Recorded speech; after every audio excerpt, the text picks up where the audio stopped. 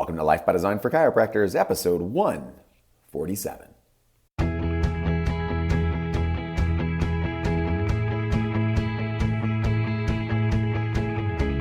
Welcome to Life by Design, the podcast for chiropractors. Here's your host, Dr. Jamie Richards. Welcome to Life by Design for Chiropractors. I'm your host, Dr. Jamie Richards, and I'm joined by, I will say, my colleague today, an old classmate of mine, Dr. Scott Vatcher.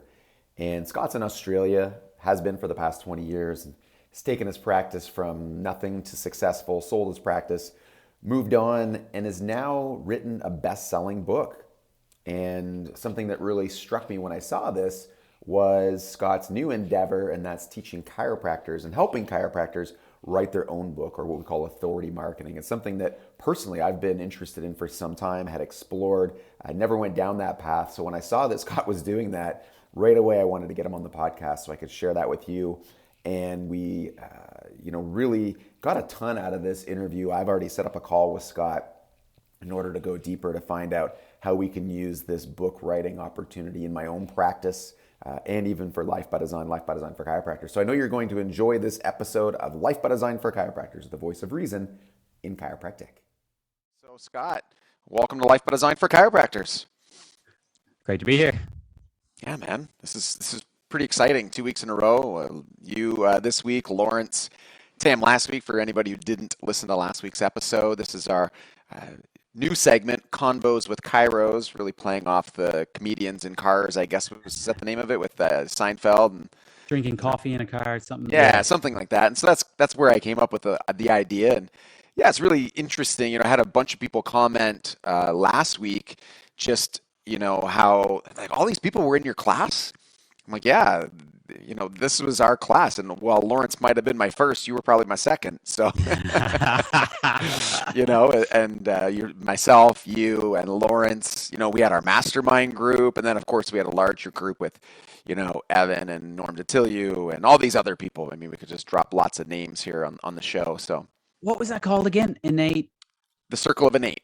Circle of Innate. Yes. Yeah. So we had probably 25 students from our class, as part of this Circle of Innate, and we would get together. I mean, at least every couple of weeks at somebody's house, and we would be, discussing whatever. We brought speakers in. We were third year, second year. We brought in speakers. We actually even paid a fee. Remember, we all paid almost a membership fee, and then we paid some of the speakers to come in and come into our houses, and actually, they would do our checkups, and then they would come and speak and mentor us. And yeah, it was, and then the years above us, Minardi and James Chestnut, Ryan French, and you could just go on and on, a great list of other doctors. So, let's introduce our listeners, our viewers here to you, Scott.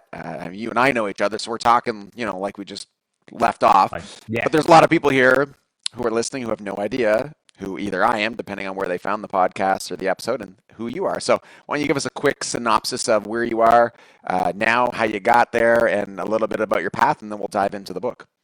Yeah, sure. So, in Jamie's class, so that's 20 years now. Crazy. Yeah, 2002. Yeah. Yeah, well, 2003 for me, remember? Right. So, That's another story. Who knows if that story will come up, but yeah.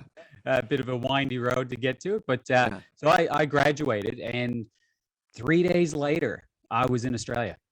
So CMCC, and then 3 days. And then, do you remember you had a box of my stuff for like, I reckon it was 5 years? Did you ever get it back? I don't. Oh, did you send it to me? I feel like I did. I think I did. I don't even remember what was in it. It was probably just a waste of postage. Because student came over here, had one suitcase. And funny enough, in the first couple of months, what you do when you come to Australia being Canadian, you buy a didgeridoo. And so I bought this. Is that what you do? I had no idea.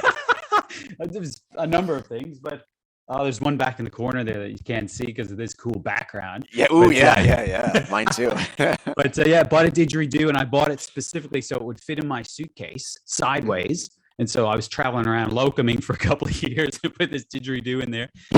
I did learn how to circular breathe. Okay, well, that's good. Cool, that's good. Which is pretty cool. Yeah. And my initial plan was go to Australia for a year, do locuming, and then move to Spain for a year, and then go to Ireland for a year, and then come back to Canada. Right. And It's been 20 you're years. from I'm Newfoundland, right? from Newfoundland. Yeah. Yeah. Yes. Moved Yeah. up to Toronto for Chiro school. Yeah. But I'm still here in Australia. Right. So, Yeah, here you are. if the plan goes, if I leave soon, then I'll have to do 20 years in Spain, 20 years in Ireland, and then maybe come back to Canada. That's right. Although I don't think I want to come back. Well, between Canada and Australia, I'm not sure, if one's better than the other, but At this stage, I think Australia is much better, to be honest. well, that's good. Yeah, it's getting better anyway. But anyways, back to the story. So yes. came over here, locumed, a few years into that, did an associateship, then bought a practice. And then about 7 months ago, after owning that for 15 years, sold the practice. And now I'm on to the next stage. So Awesome. still practicing as a chiropractor, but really changing things up and seeing if I can, leverage my time and I suppose what I've learned and knowledge and everything to help other chiropractors. Right. Yeah. Well, I think that's, it's interesting. That's been the theme, the first 2 episodes here, with me essentially leaving practice and now just being the managing partner and focusing on Life by Design. And then Lawrence having done that already and then making his next leap, which I think he'll be announcing soon. I don't know if he's told anybody where he's going, but he's jumping again. And then here you are having done that, 7 months ago and on to that. So before we get into that, though, I do want to circle back. I think there's some value here. Let's talk about that story from CMCC just a little bit. I think we're talking about leaping and challenges and learning how to overcome adversity. I mean, you and a small group of you, whether Norm and Evan, I believe, and really face extreme adversity in school. So if I'll tell it from my perspective, and then you can jump in and kind of fill in the gaps. But we were all ready to graduate. And I remember actually getting the picture. Maybe you remember this on the steps, the graduation picture out front. Yep. And I remember that was the day that, the first, buzz of, hey, something's up. Some students are going to get in trouble. That was the first day that happened. And I remember all of us were. Let me fill in the gap there. Oh, okay. We were doing our last exam. I think it was jurisprudence, our very last exam, like literally just a bit of a cakewalk to be graduated. We were like all sitting down at our chairs, ready to go, going, this is it, last exam, we're done. And somebody walked by, and I can't remember who, because I was at the time like, what's going on here, and put a letter on my desk at the very beginning of the last exam. No. Yeah, that's how I found out what was going on. So anyways, Go ahead. Well, we'll get into what happened. All I remember is, there was the buzz like, hey, students are getting in trouble for practicing network inside of the student clinic is essentially, what it was. And somebody told somebody, and it was a non-certified technique that wasn't taught at the school. But the backstory is, we had the circle of innate. We were very outspoken for subluxation inside of our clinic and inside of practice. We were known as the subbies in the school. And so there was a real push among the teachers and the faculty to really shut down subluxation at that time. And, only 2 or 3 years prior to us, James Chestnut was going through, and James really battled them, and really crushed them to some degree. I think I remember like one of the big things that happened was we had to get signed off on all of our diagnosis, and he actually got signed off for calling for a diagnosis of subluxation, and that was his, like, claim to fame at the time. And that class really pushed through, and so then the following class and then ours, they were really trying to stomp it out and hoping that they didn't have students that were going to be able to push back against it. And here we were, you guys were right at the point of graduation. I just remember saying to our little group, we're like, oh, they're not gonna, what's the worst they're gonna do? Like slap our wrists? I said, we're graduating in like a week. Right? You finished 4 years of chiropractic school. You've paid 4 years of tuition. Like, it's done. They're going to say, hey, you shouldn't do that, and don't do that. And that's what I assumed, but that's not what happened. And so why don't you pick up from there? Yeah, I mean, and a bit more of the backstory is within the clinic, it was only diversified. That was the only thing you were allowed to do. But I'll tell you, from doing observations, everyone was doing something different besides diversify. Everybody, right? Like everybody, all of any us. Other technique you could think of, like Minardi as an example, doing Thompson. Like, duh. Of course, I was doing toggle. Thompson, I was doing network. I was doing all these other things, and lots of people. It wasn't just you, Evan, and Norm. No, it was lots of people, but for some reason we were known because as part of our thing, we came up with a technique group around tonal techniques. Gotcha. And we're teaching some stuff like that. So, yeah. So, I mean, essentially what happened was we were very close to being kicked out without graduating. And the interesting part was there was a seminar in Toronto at the time. And so the president of Parker was there at the time. Fabrizio. Yeah. And he actually said, listen, if you get expelled, we can't take you. Right. Because when you're expelled from one college, you can't go to another. So they were literally like dangling in front of us. You will never practice. 4 years, you just finished you're ready to graduate. Got the letter that we were under suspicion or under whatever it was at the last exam. And so it ended up going on that it was a year and a half later, we had to repeat our whole fourth year. Oh my gosh. It's painful today, even just thinking about it. All of our clinic numbers, all of our whole 350 visits in a year. I remember all three of us, I think I was done my numbers in 4 months. Like I was, because by then, I was ready to be chiro. I was like, sure. I knew, and so it cost us legal fees, right? Six figures in legal fees. And it was plus like, going back and paying for another year. Yeah. So it put me behind a phenomenal amount. Oh, jeez. And literally the whole time, like I was to the point where I'm like, okay, what am I going to do? Because it doesn't look good that I'm going to be a chiropractor. Right. And so I was thinking teacher. I was like, I don't know. Right. Yeah. So it really got to that point where it was dangling by a thread about that. So it was pretty scary. It was adversity to the max. Yeah. Well, and I think a lot of the doctors listening in, if you could just imagine the day you're ready to graduate and how much you're ready to rip up everything from that school. As much as you might have loved your school, you're just like, I am freaking out of here. And these guys were then told maybe they wouldn't practice again, and then 6 figures later they were able to had to redo their fourth year, pay for it, and Norm had to wait 2 years if I'm not mistaken. That's right. I mean, as unfortunate, or I mean, you might even call it unfair. He got the worst of it. Yeah, crazy. And so we're talking about leaping and facing adversity, and again, just those are the things that shape people. And I'm sure you look back now, and as much as you still wish you hadn't had it, I'm 100% certain there's some pretty stunning lessons you've learned from it, and you look back and you can probably attribute some of that to your success today. Yeah, a big one is the old cliche of gratitude, right? And really being grateful for where you are and how you got there, because where you are in life is a accumulation of everything that's happened to you in your past, and then how you dealt with it. Right. So let's talk about the books. It's really interesting to me when I saw that you had written the book, and then you had sent me kind of a link, said, "Hey, I just wrote this book," and I was like, "Wow, this is pretty awesome." And we'll get into the backstory of it. I had personally looked into writing a book years ago, and just the process felt like it was just so overwhelming, and I'm sure you've heard this from other people. So I'm really curious about your kind of journey into it. So why don't you start with what led you to think, I'm going to write a book, and then how did you figure out what the steps were in order to do that? It was actually a patient of mine, a client of mine.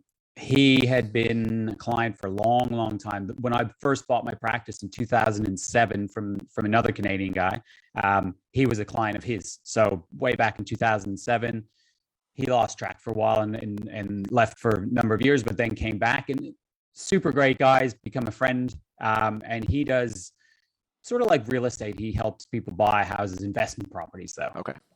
And he wrote a book. And so he utilized a company to help him write a book. And he said, listen, it's one of the best things I did for my business. I was like, I've always thought about writing a book. Maybe I should. And at that point was actually my focus for writing a book was my dad's group, Daddius. Yep. Yeah. So that was my focus for writing the book. For the first 6 months of a 12-month program, I was like, I'm going to write a book for dads. And I had it all planned out and was probably about half written, and then totally switched gears and went, you know what? I think I should write a book about not really about chiropractic at Right, all, right, but more about accompanying a practice and, Right. and how to utilize a book to help a lot of different areas in practice. So switch gears. And so I had to really go quick because I only had a 12-month program, but it ended up taking me way longer than that anyway. I did a lot of it on my own. Took roughly about 1,000 hours. Okay. So, that's, if you look at it, you break it into a 40-hour work week, it's 6 months of 40-hour work week. So it took, I know. So that's pretty daunting, though. You're talking to, us as doctors. We're busy in practice.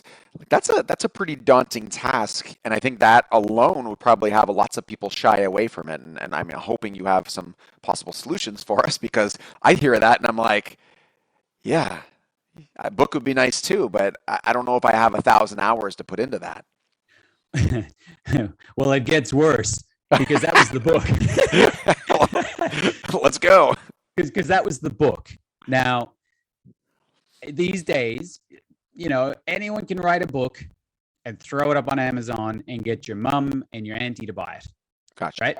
And so then, technically you've got a book. Right. But what's the point of writing the book is the big question you need to ask yourself. Why do I want to write a book?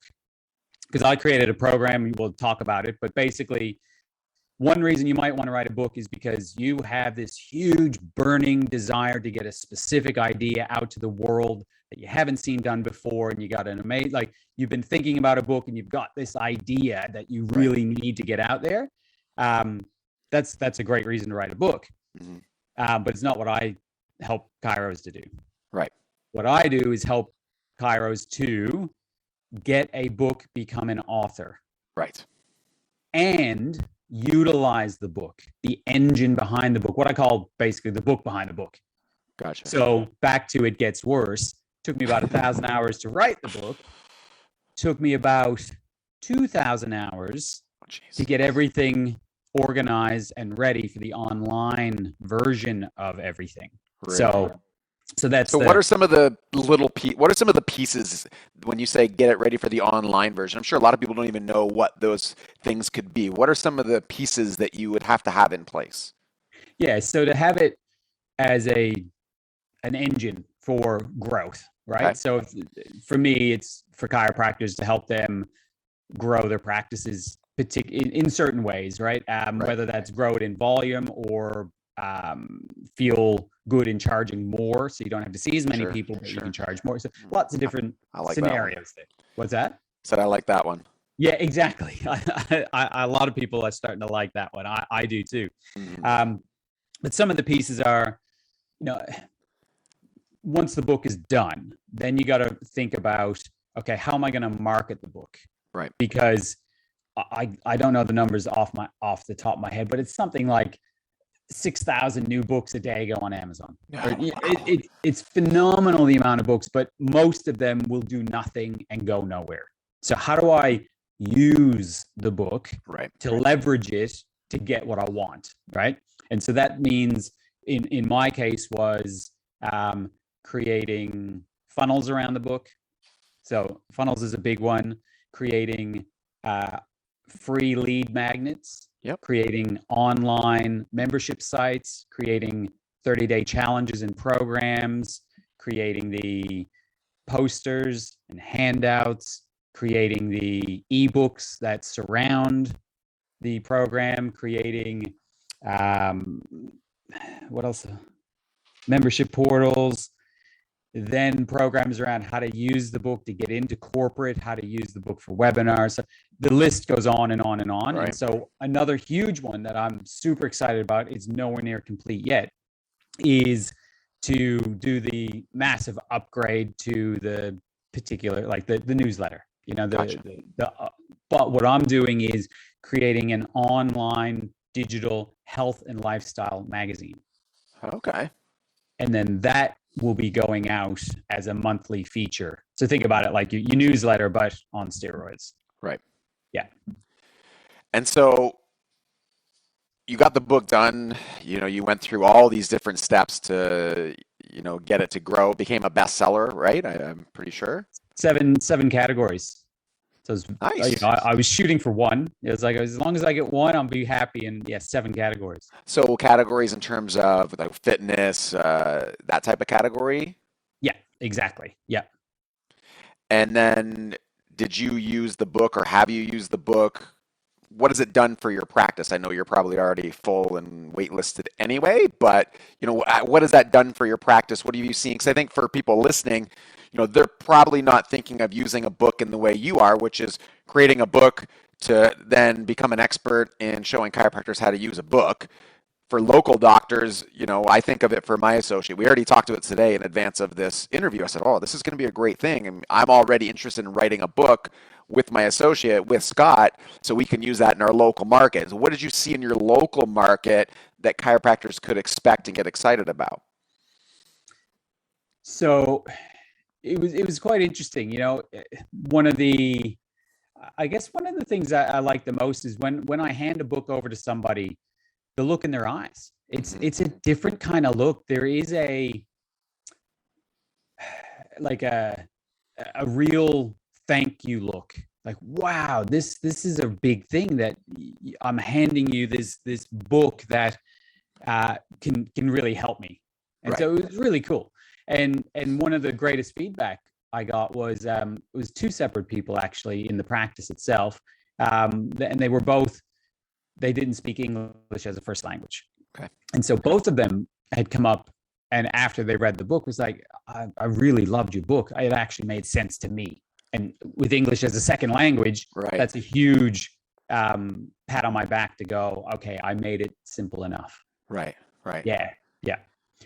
I can just think of all these, I can envision the interactions and just, I said, I was having this conversation today. I can just imagine a new patient walking in and, you got the book up on the table. Like imagine they leave their first visit and, here's your takeaways from your case review and, oh, here's a book, right? Signed by Dr. Jamie, Dr. Steve. This is a gift for you. Welcome to our practice. All those kind of things. Just the feeling of authority that person leaves with. You don't think when they come back for their day 2 or, thinking of referring somebody. Oh yeah, my chiropractor is an author. My chiropractor wrote a book. He wrote the book on the topic, right? Yeah, exactly. Yeah, it is. It's a very cool.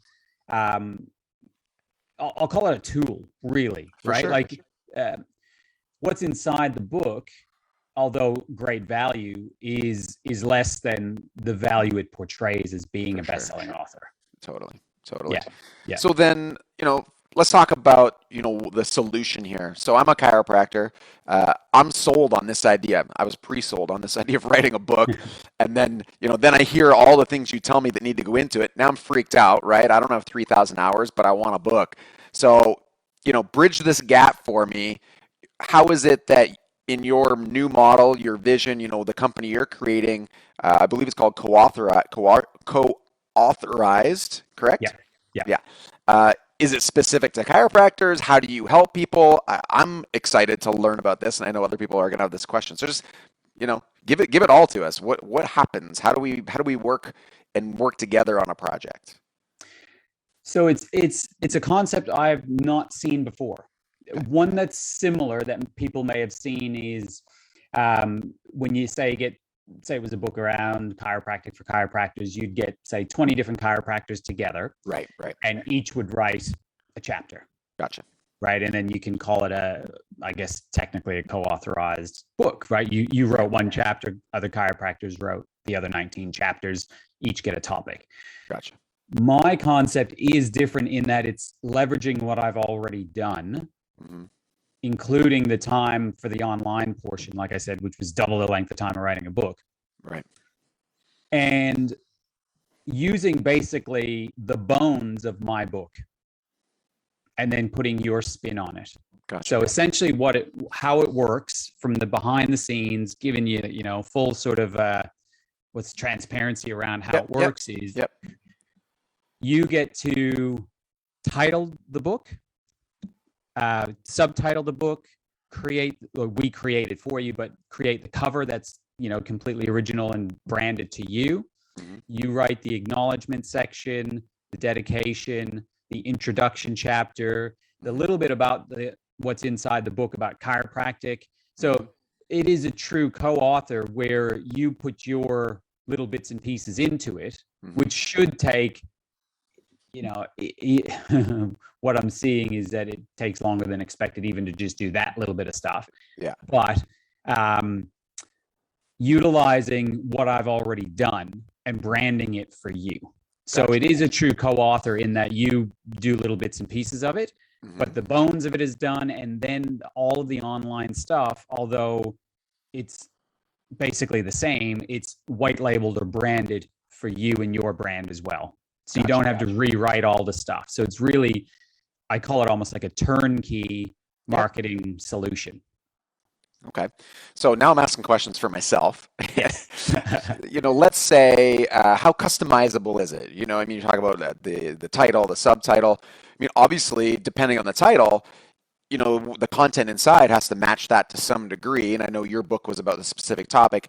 How much of the internal content of the book can be modified and changed to match, what it is that, let's say because I have a title in mind already.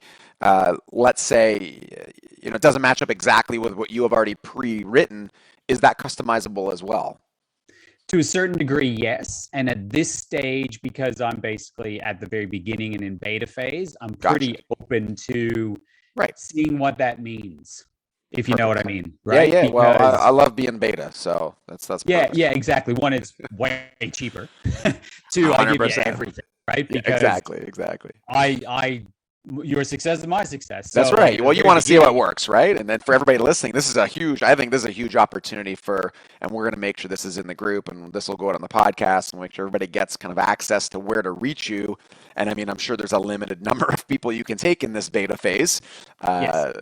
Right. So just if you do want to talk to Scott about co-authorize and what that means, you're gonna have to beat me to it. So just know you're already second on the list because Scott, you can put me on the list and set up a call, and let's touch base after and figure out that. But yeah, I think it's great. When you said let's talk about that, I thought this is perfect. We could have lots of other topics, but sure, chiropractors are super enamored by the shiny penny. Do online marketing and funnels, and all that stuff's great. Those are just other tools. Yes. But I do think there's something about a book that is powerful. You've heard Dean Jackson talk about it. There's, other companies that talk about this, but there's nothing like this within chiropractic, and so I think you've done a nice job of niching yourself in there. And I think there's a huge need. Scott, I think this is a super smart play on your part. So yeah, why don't you add in anything you want to throw in here about, why you think people should write a book that you haven't talked about, or any additional thoughts or ideas. Go for it. Yeah, I think coming back to sort of what you'd asked about before with what kind of things have changed for me, and like you said, basically I'm as busy as I need and want to be in practice. I didn't write the book for that reason.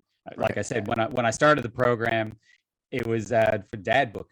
Right. Which is still being written, by the way, but it's very close. So that's exciting too. The second book's coming out. That one's going to be co-authored as well. Me and Ev. You might get Ev on the show at one point. That's awesome. Yeah, that's awesome. Ev's another classmate. That's right. So it wasn't really about that for me. It was really about the journey of it. But when I did it and I realized how much potential is in it, that's where I said to myself, maybe I need to step outside of what I'm doing now. And, I think Lawrence even talked about it last week. And one of the big things for me going back to selling my practice was I asked myself, okay, fast forward 20 years, can I see myself still doing this? And being in active practice, although I believe in our mastermind groups, I think all three of us would have said 95, still adjusting. Yeah, exactly. I think we all did that, right? Yeah.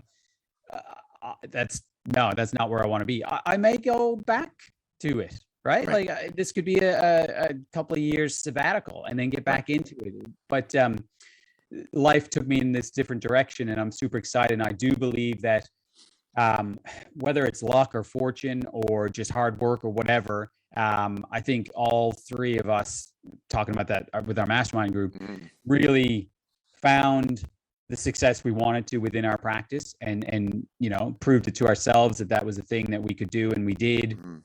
And then to move on to be able to help others, because I think there are a lot of chiropractors struggling, right? And not because, because of many reasons, but not necessarily because of what they're doing, but it might be what they're not doing. And that's getting themselves out there, becoming bigger authorities. And so through this process of writing the book, it wasn't in the beginning, but it was as time went through. It's like, you know what, I can use this and help other chiropractors without spending the time, because that is definitely, of the chiropractors I've talked to about the program, the first thing is, I always thought about writing a book, but I couldn't find the time, or I don't find the time. I don't have the money, right? Yep. So there's ghostwriters who could help you write your own book. Yeah. But that's usually in the range of 50, 100 grand. Dude, I did an interview. I did a call with a company to ghostwrite a book for me, and it was like 30 to 50 grand. Yeah. And then that's just the book. That's just the book. Right? That's not the online engine that I've created around this. So super exciting. I'm just in that beginning phase. So if anyone's interested, just have a chat with me, because what I'm trying, I met up with a chiropractor buddy of mine here yesterday on the Gold Coast, and he's like, tell me about this program. Like, I kind of get it, but I don't really get it. And so 45 minutes later, he was like, okay, I got it a lot more, but I still don't overly get it. So I'm really trying to get the messaging down properly. So if this piques your interest, you're like, I don't really understand it all, but it kind of sounds cool. At this stage, book a call. There's no pressure. I'm not a pressure salesman. I'm not going to be like, okay, so at the end of this call, if you say yes now, you'll get it. No. It's not the decision you make on a whim. Yeah. It's a bigger decision, but it could be one of the best ones you make in practice. Yeah. And I'll double that with anybody who knows Scott knows that is not his style of communication, in any way whatsoever. So I'm looking forward to getting on the call, because I already have a ton of questions that I didn't ask today that are more specific to me. So everybody else get in line. And then, mine might even be more than one. I'm thinking my office, we got Life by Design for chiropractors. I got Life by Design. So, we got a lot of different companies that could use an authority piece. That's for sure. Well, that's actually one of the other big questions I've been asked is, or that has come up through conversations, is like, oh, I love this idea. This could be my first book to get me started on my own book. And so in the makings is me creating a publishing company to help people write their full own book. But that's not what I'm doing right now. Gotcha. That's watered down. I need to get this thing off the ground and solidified. So the co-authorize is what I'm doing now. But, I still think there's a massive market to help chiropractors write their own books as well. Yeah, man, books are still legit. I don't care if people talking about, well, it's all digital and online, and, books are still a thing, and I think, there's just so many opportunities here. We could go on forever, but Scott, I'll send people your way, that's for sure. And I look forward to you and I getting together, talking about this a little further. So make sure you just shoot me a DM here afterwards, and we'll set up a time. And everybody else, thank you for listening in to the podcast, the convos with Kairos, however you're catching this, and keep paying attention. Invite people here into the retention-based practice group, or if you're listening to the podcast, join inside the retention-based practice group so you can catch these live stream and ask questions as well. And as always, thank you for joining the drive to 1 million families worldwide living life by design. And that is the exact wrong exit to this podcast. So I want to see if I could catch you there. We have too many podcasts. That's the layperson podcast. So thank you for listening to Life by Design for Chiropractors, the voice of reason in chiropractic.